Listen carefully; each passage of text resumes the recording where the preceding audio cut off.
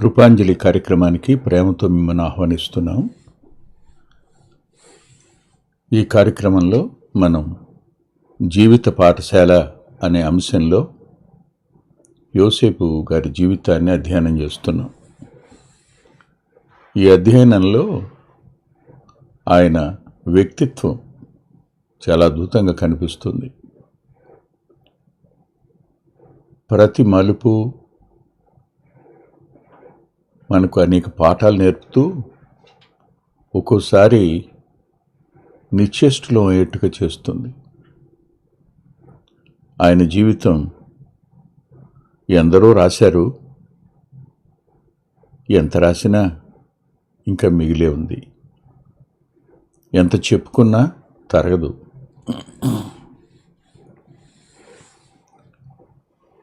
ఆదికాండం 50వ అధ్యాయంలో 20వ వచనం మనం గత వారం చూసాం. 21వ వచనం చదువుతున్నాను. కాబట్టి భయపడకుడి, నేను మిమ్మును మీ పిల్లలను పోషించిదని చెప్పి వారిని ఆదరించి వారితో ప్రీతిగా మాట్లాడాను. కాబట్టి భయపడకుడి. ప్రార్థన చేసుకుందాం. ప్రేమగల మా ప్రియ తండ్రి, ఘనుడవైన మా దేవా, అత్యున్నత సింహాసనమందు ఆసీనుడైన మా తండ్రి, కృపగల మీ పాదాల సమీపానికి మీ ప్రియకుమారుడు మా రక్షకుడైన యేసుక్రీస్తు ప్రభువారి అత్యున్నతమైన నామంలో మరోసారి ఈ రీతిగా మా ప్రియులతో కలిసి రావడానికి ఇచ్చిన సమయం కొరకే కృతజ్ఞత చెల్లిస్తున్నాను. ఈ మా సమయాన్ని ఆశీర్వాదకరంగా చేయండి. అవసరమైన మాటలు మాకు ఇమ్మని జ్ఞాపం చేస్తున్నాను. ఈ నీ దాసుని జీవితంలో, ఈ నీ భక్తుని జీవితంలో మీరు చేసిన, మాకు చూపించిన అత్యున్నతమైన పాఠాలను మేము నేర్చుకోవడానికి మీ కృపను మాకు కనపరచమని జ్ఞాపం చేస్తున్నాను. మేము మా జీవితం రాబోయే తరాలకు ఓ పాఠ్యాంశంగానో ఓ పాఠశాలగానో ఉండకపోయినా ఒక చిన్న వర్తమానంలాగానైనా ఉండడానికి సాయం చేయమని మమ్మల్ని మేముగా దయగల మీ చేతులకు అప్పగించుకుంటూ, మా దుఃఖాన్ని ఎరిగిన వారు మీరు, మా అవమానాన్ని ఎరిగిన వారు మీరు, మా కన్నీటిని తొడవగలిగిన వారు మీరు, మీ చేతులకే వింటున్న మా ప్రియులను మాట్లాడుతున్న నన్ను అప్పగించుకుంటూ ఆదరించండి, బలపరచమని, ధైర్యపరచమని, కృప చూపించండి. యేసుక్రీస్తు ప్రభు వారి పేరట ప్రార్థిస్తున్నాం తండ్రి, ఆమేన్. ఈ 21వ వచనంలో కాబట్టి భయపడకుడి అని అన్నాడు. కాబట్టి అనే పదానికి పైన కనిపిస్తున్న సారాంశం ఏంటంటే, మీరు కీడు కోసమే ఉద్దేశించిన, మీరు నన్ను నష్టపరచాలని ఆలోచించిన, మీ ద్వేషం, పగ, అసూయలు నన్ను ఒంటరివానిగా చేయడానికి బాధపెట్టి అమ్మేసిన, మిమ్మల్ని ప్రేరేపించిన శరీరమో అపవాదో, లోకంలో ఉన్న ప్రమాణాలు అవి ఏవైనా, వాటన్నింటినీ ప్రభు మేలు కొరకు సమకూర్చి తన ఉద్దేశాన్ని నెరవేర్చారు కాబట్టి అని ఉంటుంది. వాస్తవానికి ఇది దేవుని ఉద్దేశం అని అర్థమైనప్పుడు వారి మాటలో, వారు చేసిన గాయాలో, వారి మోసమో, వారు పన్నిన కుట్రలో, ఇవన్నీ ఒకానొక సమయానికి మేలుగా దేవుడు మారుస్తాడనే సత్యం ఈ పాఠశాలలో మనం నేర్చుకోవాలి. దేవుని సంకల్పంలో నువ్వు ఉంటే, దేవుని పనిలో నువ్వు నమ్మకంగా ఉంటే, నీ వ్యక్తిగత జీవితం దేవునికి ఇష్టంగా ఉంటే తప్పనిసరిగా దేవుడు వారు చేసిన ప్రతి పనిని సానుకూలపరిచి సమకూర్చి మేలు కొరికే జరిగిస్తారు అనేది ఇక్కడ మనం నేర్చుకోవాల్సిన పాఠం. నేనే నీతిమంతుణ్ణి అని నువ్వు అనుకోవద్దు. అలా అనుకున్న దినాన్న తప్పనిసరిగా మనం ఆయన్ని బాధపెట్టిన వాళ్ళం అవుతాం. భక్తుడైన యోసేపు తన సహోదరులు తన ఎదుటికి వచ్చి క్షమాపణ కోరి సాష్టాంగపడినప్పుడు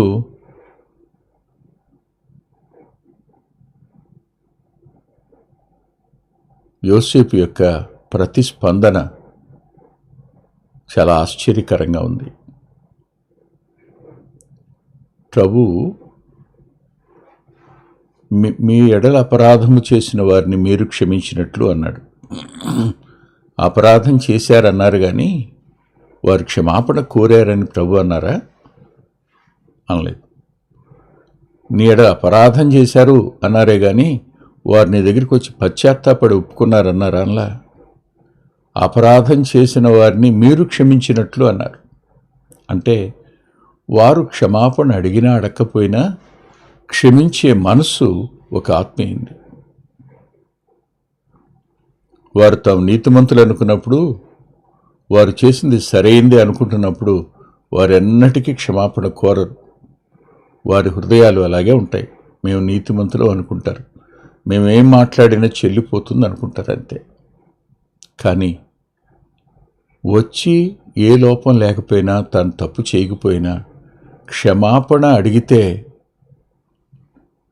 క్షమించలేని గాయపరిచే తత్వం కలిగిన ఈ కాలంలో యోసేపు వంటి వ్యక్తిత్వం అత్యున్నతంగా కనపడుతుంది.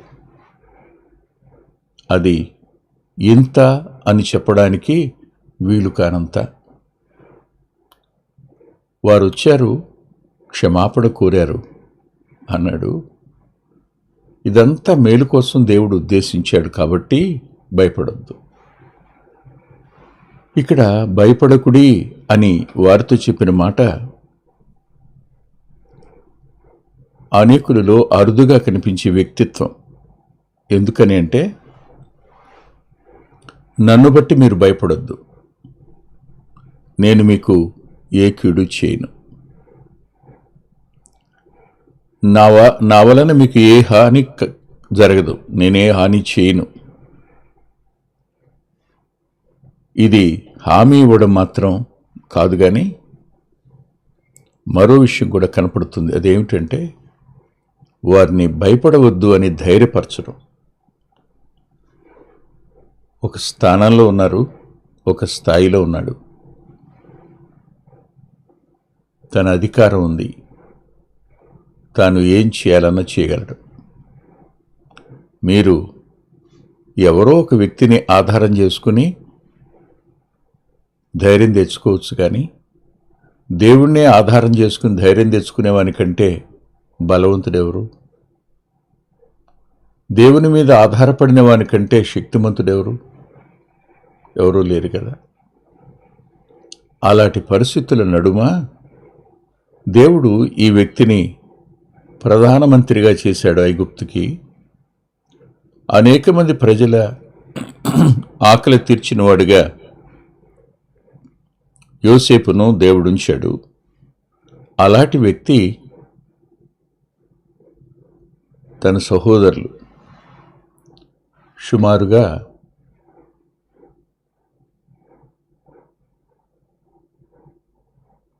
6 పైచిలకు యోసేపు కంటే పెద్దవారే.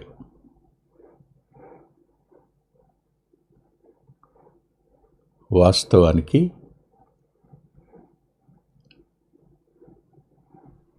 6 కానీ 8 కానీ అయి ఉండాలి. స్పష్టంగా నాకు అవగాహనకు రాలేదు. కొద్దిమంది తనకంటే చిన్నవారు కూడా ఉన్నారు.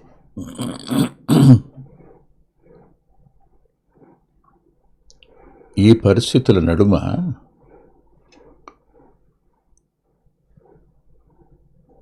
పెద్దవారు, తనకంటే వయసులో పెద్దవారు అమ్మేయడానికి సంకల్పించినప్పుడు వస్త్రాలు తీసేసి గోతిలో తోసివేస్తే అవమానించినట్టే కదా. అందరికంటే పెద్దవాడు అవమానించటం వల్ల మిగిలిన వారి యొక్క అహం సంతృప్తి చెందుతుంది అనుకున్నాడేమో, అనుమతించాడు రూబేను. అయితే యోసేపు ఇప్పుడు అలాంటి వారు వచ్చి నిలబడి క్షమాపణ కోరుతున్నప్పుడు వారిని ఒక్క మాట కూడా అనలేదు, వారిని గాయపరచలేదు. మీరు కీడుకు ఉద్దేశించారు అనే ఒక పదం తప్ప మరో పదం వాడలేదు. దేవుడు దాన్ని మేలు కోసం, అనేకుల మేలు కోసం ఉద్దేశించాడు అన్నాడు. అంటే మీరు చేసిన మాట వాస్తవమే కానీ దేవుడు దానికి మేలు కోసం ఉద్దేశించాడని చెప్పడం దగ్గర మీ మీద నాకు ఏ పగ లేదు, మీ మీద నాకు ఏ ద్వేషం లేదు, నేను ఏ ప్రతీకారం తీర్చుకునే వ్యక్తిని కాదు. నా స్థానాన్ని బట్టి, నా స్థాయిని బట్టి మీరు భయపడుతున్నారు కానీ మీరేం భయపడనక్కర్లేదు అని వారిని ధైర్యపరిచేటువంటి ఉన్నతమైన వ్యక్తిత్వం యోసేపులో మనకు కనిపిస్తుంది. ఆలోచించండి ఒకసారి. ఇలాంటి వారు ఎవరైనా కనిపిస్తారా మనకి? ధైర్యపరిచిన వారు ప్రభు ఒకరే కనిపిస్తారు. ప్రభువులోనే ఇటు మనసు ఉంది. ఇది ప్రభు కలిగిన మనసు. అయితే రెండవ మాట ఏమిటంటే, నేను మిమ్మును మీ పిల్లలను పోషించేదనని చెప్పి, నేను మిమ్మును మీ పిల్లలను పోషించేదను. కారణం,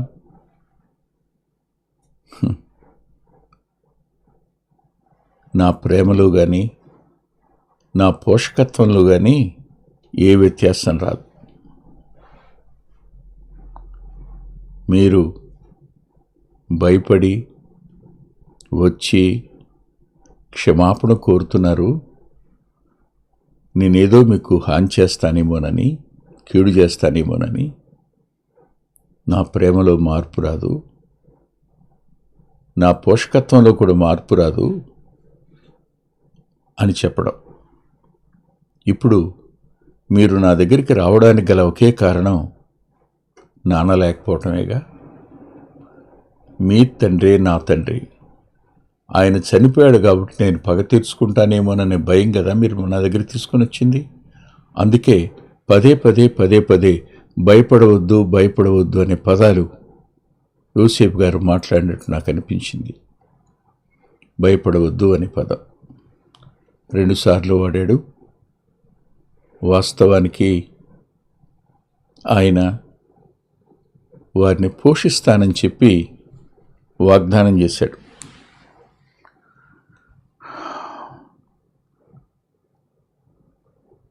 తాను ఐగుప్తులో బ్రతుకున్నంతకాలం తనపై పగబట్టిన వారిని, తన కీడు చేసిన వారిని, వారి మీద ఏ ద్వేషం చూపగా సహోదర ప్రేమను ఉన్నత స్థానంలో ఉండడం మాత్రమే కాకుండా ఆ ఉన్నతమైన మనసు కలిగిన వాడై వారిని తాను పోషిస్తానని వాగ్దానం చేయడం.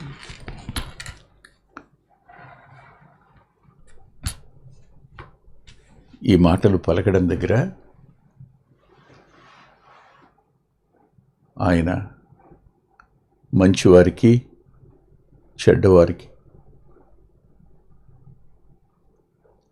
సమానంగా వర్షం కురిపిస్తాడు అనే మాట వద్ద పక్షపాతం లేని దేవుడు కదా ఆయన. ఇదే యోసేపు గారిలో కూడా అనిపించింది. నానున్నప్పుడు ఒక రకంగా, నాన్న వెళ్ళిపోయాక ఇంకొక రకంగా, నేను మారిపోయే వ్యక్తినని మీరు అనుకోకండి.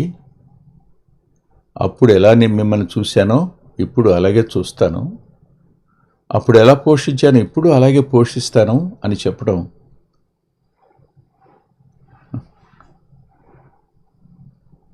యోసేపులో కనిపిస్తున్న వాగ్దానం చేసే స్వభావం. వాగ్దానాన్ని నిలబెట్టుకునేవాడు కూడా ఆయన. అందుకనే లేఖనంలో వాగ్దానం చేసినవాడు నమ్మదగినవాడు అని రాస్తుంది. ఆలోచించండి ఒకసారి. నేను మిమ్మల్ని పోషిస్తాను, మీ పిల్లల్ని కూడా పోషిస్తాను అన్నాడు. ఇక్కడ ఒక క్షణం చాలా చోట్ల తండ్రి మరణించగానే ఎవరి స్వార్థం వారు చూసుకుని ఒకరికి ఒకరు శత్రువులైపోయే ప్రమాదం ఉన్న ఈ రోజుల్లో ఈ పాఠం మనం అందరం నేర్చుకోవాలి. ఒకే తల్లి కడుపున ఒకే తండ్రికి మిమ్మల్ని పుట్టించడం దగ్గర, ఒకే తండ్రికి జన్మించటం వల్ల ఈ కుటుంబంలో వారు కాపాడుకోవలసిందేమిటి? ఒకరి మధ్యన ఒకరు ప్రేమలు, ఐక్యత, సమాధానం, ఒకరి ఎడల ఒకరు నెరవేర్చవలసిన బాధ్యత. ఇది జీవితంలో చివరి వరకు కాపాడుకోవలసిన పరిస్థితి. దీనిని మనం ఎప్పుడూ మర్చిపోకూడదు.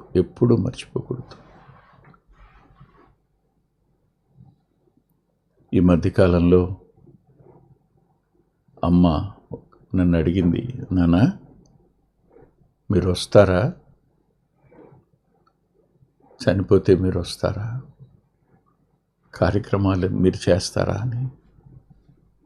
అప్పుడు నేను మాట అన్నాను, అది నా బాధ్యత కదమ్మా. అమ్మ చనిపోవడానికి ముందు ఆ అమ్మతో చెప్పింది ముందే, అమ్మా నా కొడుకు కాదు నీ కొడుకే అని. వాస్తవానికి ఆ సందర్భం గుర్తొస్తే ఏడుపు వస్తుంది. రాత్రి 12 గంటలకు అమ్మ, గత కాలంలో వారికి బాగాలేదు, ఆయన గారు ఓ రకంగా మరణించి మళ్ళా బ్రతికిన వ్యక్తి, అమ్మకు ఆలోచన వచ్చింది చనిపోతే ఏమైపోతామని.